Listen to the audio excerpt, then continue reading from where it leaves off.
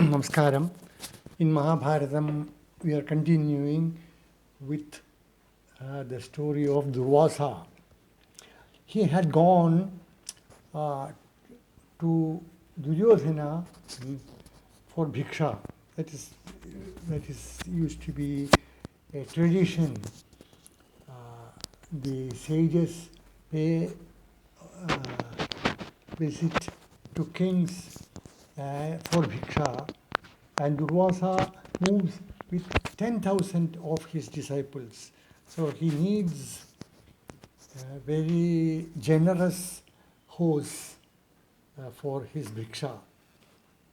And Duryodhana had immense resources, so he was very glad Durvasa came, and he was served well.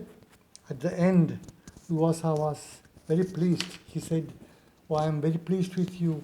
What boon can I give you?" Duryodhana thought quickly and said, "No, Maharshi, I'm quite happy that you came. But please do one favor. My cousins are living in the forest. I don't know why they have gone there, but they have been there for 5-10 years. Please pay them a visit. Make sure that they are happy there. And when you go, if you go early, it will inconvenience them. Make sure that you have your Divya Drishti. Make sure they have all eaten well, they are happy, and pay a visit at that time." And Durvasa accepted that. And one day he went when he realized that they all had eaten, including Draupadi. Incidentally, they had this Akshaya Patram, and that gave unlimited food until Draupadi ate. If Draupadi ate her meal and cleaned the vessel, then they won't get anything more until next day. So that was the time Draupadi had eaten, and she had washed the Akshaya Patram, the vessel, and that was the time. Now, when Durvasa came, Yudhishthira, without realizing that Draupadi had also eaten, received Durvasa and his 10,000 disciples and said, "Oh, Maharshi, I'm very happy you have come. Please go for your bath. By the time you come, your food will be ready." Draupadi heard this and she was in panic. What will happen? She had eaten and there would be no food left.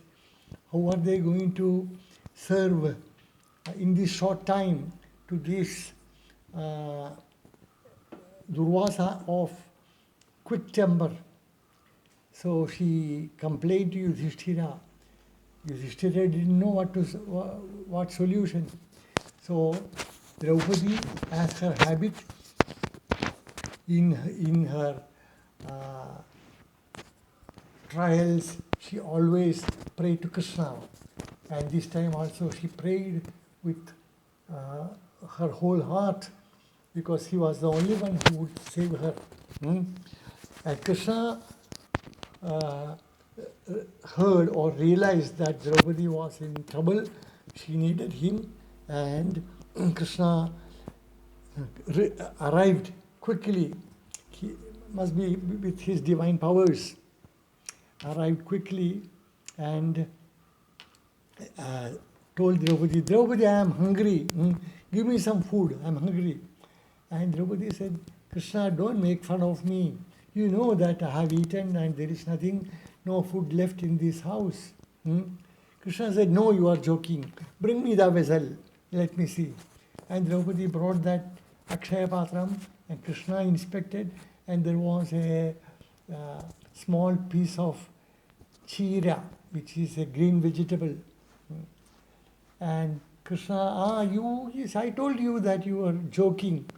So Krishna ate that piece and he was full with that, filled.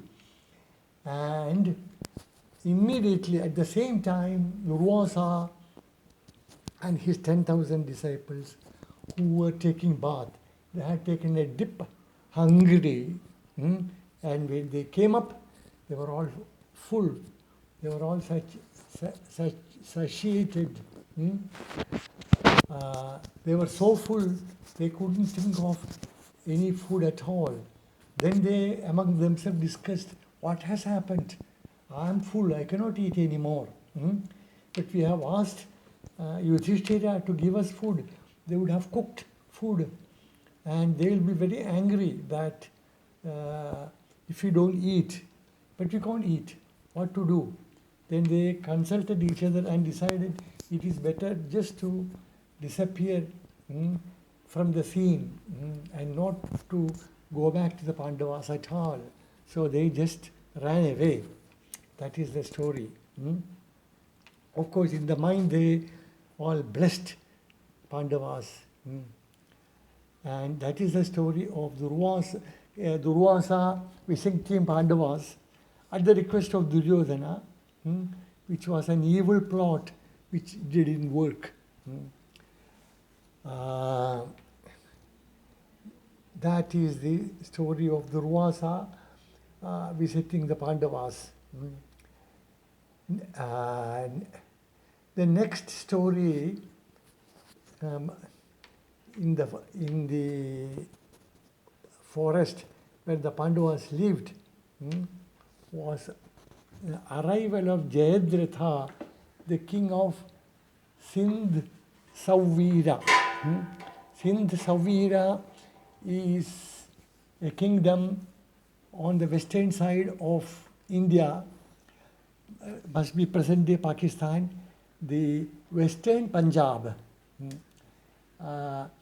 The kingdom along the banks of the Sindhu River, which is present in present-day Pakistan.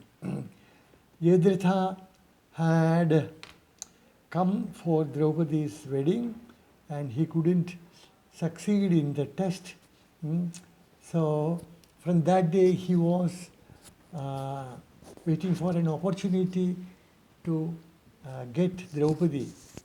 So when he heard that they are in the forest, he came there and found Draupadi alone. The Pandavas had gone hunting. So Jayadratha sent his friend Kotikasya. He was the king of a nearby kingdom. I knew its name. King of Trigarta, that's what it says. The Trigarta king, Kotikasya, he was sent as emissary to find if Draupadi could be influenced through him. So Kotikasya went, Draupadi received him, and Kotikasya started praising Jayadratha, how mighty a king he is, how prosperous his kingdom is, etc.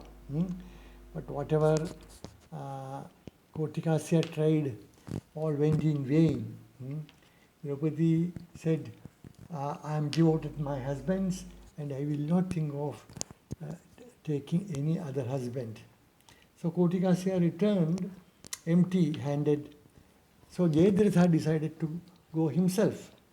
He went to Draupadi and Draupadi received him, offered hospitality, but said, look, I'm alone, my husbands have gone hunting, so please wait for them to come. Meanwhile, let me cook food for you. Dhaumya, they say their priest was there, but all the Pandavas were away. But Jayadratha said, no, don't worry about food. I want you. I don't want any food now. But when Draupadi realized what his intentions were. Then she said, look, I'm very happy with my husbands. I'm devoted to them. I'm devoted to each one of my 5 husbands. I will not think of anyone else. So you are wasting your time. Jayadratha tried persuading her many ways. When nothing worked, he caught Draupadi by force and dragged her to his chariot and started driving away. Draupadi shouted, and Dhaumya, the sage, followed them on foot, shouting, oh, Draupadi is being taken away, captured, taken away by Jayadratha. There was no one to hear. Soon, the Pandavas returned after their hunting expedition. They brought lots of game, animals hunted down. Here, I would like to mention that some people try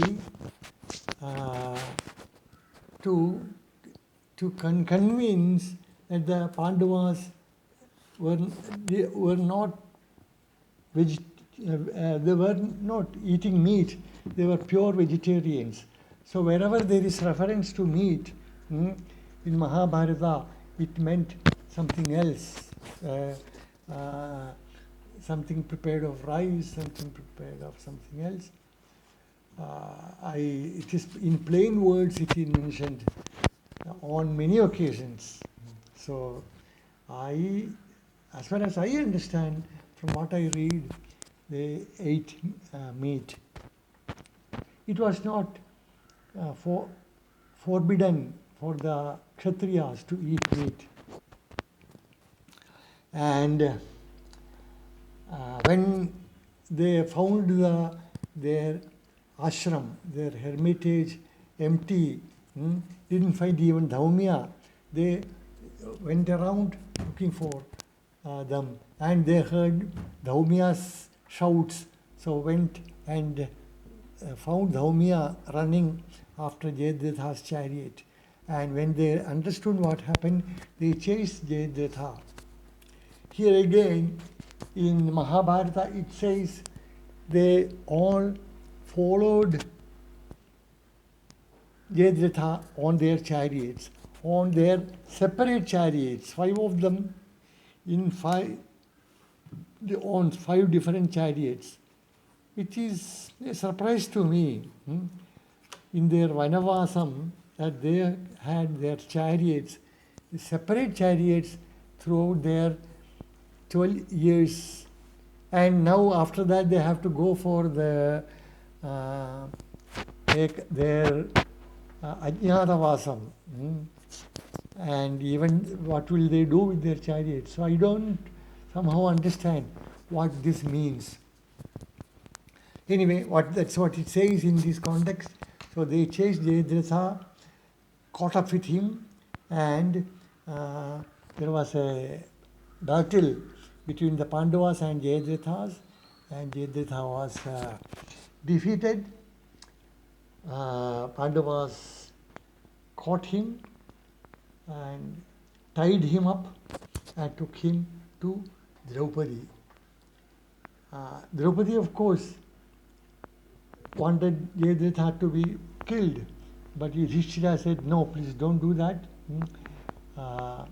If you kill him, our sister Dushala, who is Duryodhana's sister, Dushala will become a widow, so let us not do that.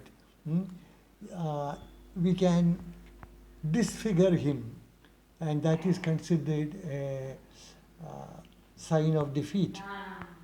So Bhima shaved this Jayadratha's head, keeping 5 tufts. It's not keeping one single shikha, but 5 of them, which is a way of disfiguring. and released him. And with that, we stop this story. We shall continue next day with another story. Namaskaram.